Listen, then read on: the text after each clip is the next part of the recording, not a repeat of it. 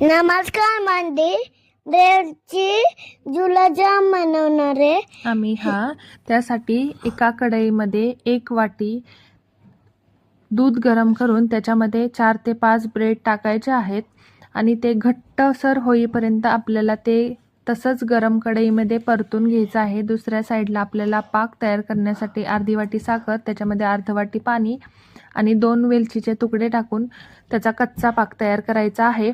आता हे घट्ट झालेला ब्रेडच्या पिठाचे आपल्याला छोटे छोटे गोळे बनवून घ्यायचेत आणि जसे आपण गुलाबजाम नॉर्मल तळतो तसे आपल्याला मंद आचेवर हे गुलाबजाम तळायचे आहेत आणि हे तळून झाल्यानंतर आपल्याला त्या कच्च्या पाकामध्ये टाकायचे आहेत.